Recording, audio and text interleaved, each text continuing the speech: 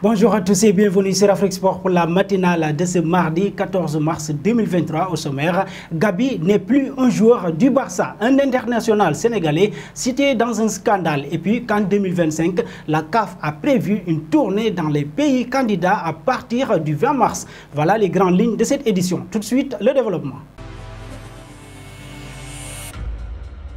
On débute avec la CAN U17 alors que l'équipe marocaine U17 n'a pas annoncé se désister de la Coupe d'Afrique des Nations qui se tiendra en Algérie le mois prochain. Un membre de l'association égyptienne de football cherche déjà à prendre sa place pour participer au lieu du Maroc. Il en fallait peu pour l'équipe égyptienne pour lorgner sur la place du Maroc en CAN des U17. La situation compliquée des jeunes joueurs marocains est une aubaine pour certains. Si le Maroc renonce à sa participation à la Coupe d'Afrique des Nations, l'équipe nationale égyptienne est prête à prendre sa place dans ce tournoi, a déclaré la presse Ehab El Komi, membre du conseil d'administration de l'association égyptienne de football. Parlons de la CAN 2025. La commission d'inspection de la Confédération africaine de football se rendra bientôt dans les pays candidats à l'organisation de la Coupe d'Afrique des Nations 2025. La tournée de cette commission débutera par la Zambie le 20 mars prochain.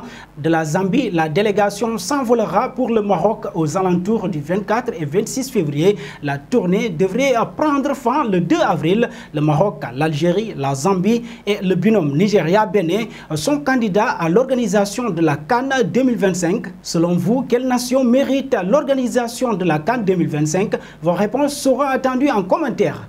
Partons au Maroc, confronté à des temps difficiles en raison des accusations de viol portées contre sa personne. Achraf Hakimi peut compter sur Walid Regragui. En conférence de presse ce lundi, le sélectionneur des Lions de l'Atlas, qui a rendu publique la liste des joueurs convoqués contre le Brésil et le Pérou, a évoqué le cas du latéral droit du Paris Saint-Germain et lui a apporté son soutien. J'ai parlé avec lui, il est serein, c'est le plus important. Nous, on est avec lui. Comme on a dit, il y a la présomption d'innocence jusqu'à preuve du contraire. Pour nous et tous les Marocains, on est derrière Achraf Hakimi et on le soutient, a commenté Walid Regragui.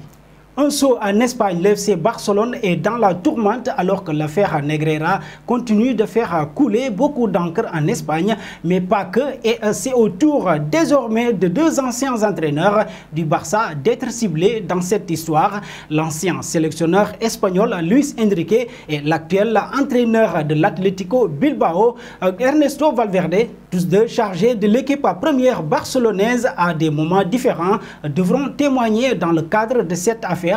Comme le révèle le média espagnol El País. Luis Enrique et Ernesto Valverde figurent tous les deux dans la plainte du ministère public contre le Barça concernant les rapports d'arbitrage. D'après le média hispanique, en conséquence, ils devront expliquer s'ils étaient au courant de l'existence de ces analyses. Un passage auprès de Wanda Nara, l'ex-femme et agent de Mauro Icardi, est au centre d'un nouveau scandale. Début janvier, elle a été accusée d'avoir eu une liaison avec Keita Baldé, l'international sénégalais. Ils se seraient rencontrés à Dubaï, même s'ils se connaissaient avant, puisque Baldé a été le coéquipier d'Icardi lorsqu'il évoluait à l'Inter Milan. Mais le Sénégalais a démenti. AS explique que Simona Gutierrez, l'épouse du joueur depuis 8 mois, a porté plainte contre Wanda Nara depuis le couple de Keita Baldé a visiblement volé en éclats. Les époux ne se suivent plus sur les réseaux sociaux. Sa femme n'était pas non plus présente pour fêter les 28 ans du joueur. Le 8 mars, la presse italienne a révélé des messages audio du joueur à destination de Wanda Nara. Pas de quoi arranger les affaires de Keita Baldé. Et nous voici arrivés à l'instant quiz avec 3 indices qui vont permettre de connaître notre joueur mystère du jour. Premier indice, je suis un joueur polyvalent de 28 ans. Deuxième indice, j'évolue en Liga depuis toujours. Troisième indice, j'ai joué 40 matchs avec le Real Madrid. Qui choisissent vos réponses seront attendues en commentaire. Et nos félicitations à tous ceux qui ont répondu Jesus Navas lors de la dernière matinale. C'était le joueur à trouver puisqu'il est un latéral de 37 ans évoluant en Espagne qui a déjà joué en Angleterre de 2013 à 2017. Son club actuel est son club formateur. Terminons au Barça. L'affaire du FC Barcelone est incertaine. L'enregistrement de Gavi en tant que joueur de l'équipe première ayant été annulé par la justice espagnole. La décision de la justice qui a permis à Gavi d'être enregistré comme joueur de l'équipe première a été suspendue en raison d'une erreur de procédure. Le club a déposé sa demande hors délai et par conséquent la décision de justice n'est plus valable. Le FC Barcelone peut faire appel de cette décision, mais l'avenir du jeune milieu de terrain reste incertain. Gavi pourrait rencontrer des problèmes avec son contrat. Relevo a indiqué que le système judiciaire espagnol exige la justification du salaire d'un joueur pour l'année en cours et les années suivantes pour enregistrer un nouveau joueur.